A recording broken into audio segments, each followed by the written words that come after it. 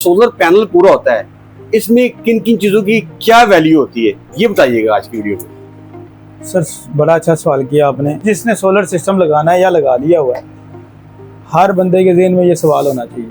हमारे मुताबिक जो पूरा सोलर सिस्टम है उसके अंदर सबसे ज़्यादा जो अहमियत है ना, वो एक आपके अच्छे सोलर इन्वर्टर की है। आपको सोलर इन्वर्टर अच्छी क्वालिटी का होना चाहिए। सोलर इन्वर्टर पे कोई कॉम्प्रोमाइज़ नहीं होना चाहिए। बिल्कुल ठीक है। आपने देखा मार्केट में कई ऐसे इन्वर्टर्स हैं जिनकी यही मैं आपके सवाल को बड़ा कर दूं थोड़ा सा। मुख्तलिफ कंपनियां मुख्तलिफ प्राइसेस बताती हैं और हमेशा लोग कम प्राइस में भागते हैं कि ये ले लूँ मैं।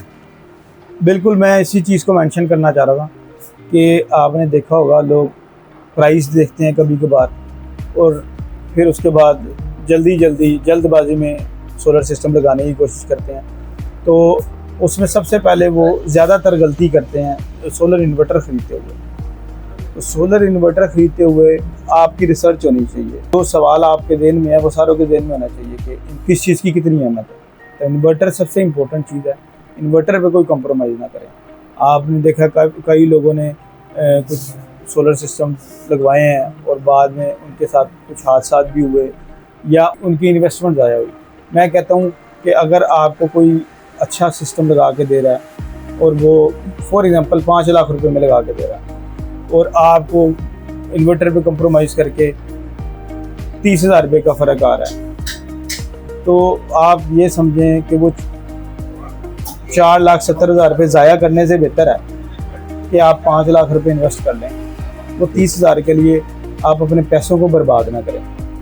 दूसरी चीज़ ये है कि मैं इन्वर्टर के बाद अगर किसी चीज़ की अहमियत को समझता हूँ, वो आपके सेफ्टीज़ और ब्रेकर्स हैं। आपके ब्रेकर्स अच्छी क्वालिटी के होने चाहिए। जहाँ पर उनको ट्रिप होना है वहाँ ट्रिप होने चाहिए। जहाँ उनका जो काम है, हमारे यहाँ पर होता ये है कि लोग सिर्फ ब्रेकर्स को बटन के तौर पे इस्तेमाल करते हैं, ऑन ऑफ के तौर पे। ब्रेकर का ये काम नहीं है। और एक तो ब्रेकर की रेटिंग भी प्रॉपर होनी चाहिए। इन्वर्टर जितनी कैपेसिटी का लगा रहे हैं उसके मुताबिक आपका ब्रेकर भी होना चाहिए। हमने काफ़ी जगहों पर देखा है कि किसी के पास एक 4 किलोवाट का इन्वर्टर है, उसने 63 एम्पेयर का ब्रेकर लगा लिया है, ब्रेकर ट्रिप नहीं हुआ, वो इन्वर्टर बेचारा जल गया। 6 किलोवाट का भी जल गया। आप 63 एम्पेयर का ब्रेकर लगाएंगे तो वो उनके लिए कैपेसिटी से बड़ा है। तो एक तो ब्रेकर की कैपेसिटी प्रॉपर होनी चाहिए और क्वालिटी अच्छी होनी चाहिए ब्रेकर की। तीसरे नंबर पे वसीम भाई मैं आपको बताऊं, मैं नंबर दूंगा वायर को। आपकी डीसी वायर और आपकी standard wire. Solar DC wire आपकी अच्छी होनी चाहिए, प्रॉपर की वायर होनी चाहिए, उसकी इंसुलेशन बेहतर होनी चाहिए, ठीक है, उस पर कोई कंप्रोमाइज़ नहीं होना चाहिए। आजकल मार्केट में वायर्स आ रही हैं, वो पता नहीं क्या करते हैं मशीनों से, वो फुली होती हैं, गेज उनकी कम होती है, मोटी इतनी रस्सियों की तरह बन गई है। तो बेहतर ये है कि अच्छी ब्रांडेड केबल होनी चाहिए। ऐसे ही लोड के ऊपर भी आपकी फुल गेज्ड वायर होनी चाहिए। इसके अंदर कंप्रोमाइज़ नहीं करना चाहिए और ये रिस्की भी हो जाता है अगर आप ब्रेकर और वायर्स के ऊपर किसी भी किस्म का कंप्रोमाइज़ करते हैं। चौथे नंबर पे मैं आपको कहूँगा कि आपकी बैटरी कौन सी है। बैटरी अच्छी क्वालिटी की होनी चाहिए। सेल कौन सा है बैटरी का ब्रांड पीछे कौन है। देखिए, अच्छी कंपनी हमेशा अपनी रेपुटेशन का ख्याल रखेगी। अगर एक ले मैन है, वो टेक्निकल चीज़ों को नहीं समझता, तो कम से कम वो ये ज़रूर देखे कि पीछे ब्रांड कौन सा है। उसके बाद कोशिश करनी चाहिए, समझना चाहिए, टेक्निकल स्टडी करने की कोशिश करनी चाहिए और अच्छी क्वालिटी की बैटरी लेनी चाहिए। और उसके बाद मैं आपको फिटिंग्स का बताऊंगा कि फिटिंग्स की अहमियत है।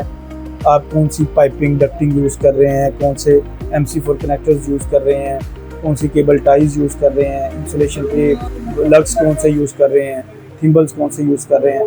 ये भी जितनी आप कह लें वायर्स इंपॉर्टेंट हैं, इनका भी इतनी ही इम्पोर्टेंस है। और ये भी आपको मैं बताऊँ, ये जो फिटिंग्स हैं, ये भी अगर आप इस पर कंप्रोमाइज़ करते हैं तो ये भी रिस्की हो सकता है आपके लिए। तो ये इसकी भी बड़ी अहमियत है। और फिर उसके बाद सोलर पैनल्स। आप ये देख रहे होंगे कि मैंने सोलर पैनल को बाद में क्यों रखा, तो उसकी वजह ये है कि देखें, सोलर पैनल आपने सिर्फ ये चेक करना है कि A ग्रेड सोलर पैनल्स होने चाहिए।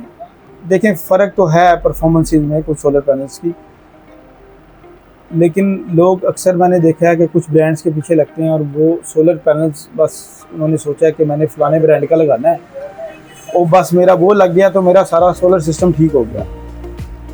आपका जब तक इन्वर्टर, आपके ब्रेकर्स, सेफ्टीज, आपकी वायर्स, आपकी फिटिंग्स अच्छी नहीं है ना, सोलर पैनल आपने अच्छा ले लिया, आपने उसका स्टैंड अच्छा नहीं लिया, वो आंधी तूफान में उड़ गया, तो उस सोलर पैनल का क्या करना है आपने। तो मैं समझता हूँ सोलर पैनल से बेहतर जो है ना, आप पहले क्वालिटी चेक करें अपने स्टैंड की, जो उसका स्ट्रक्चर है, जो उसका फ्रेम है।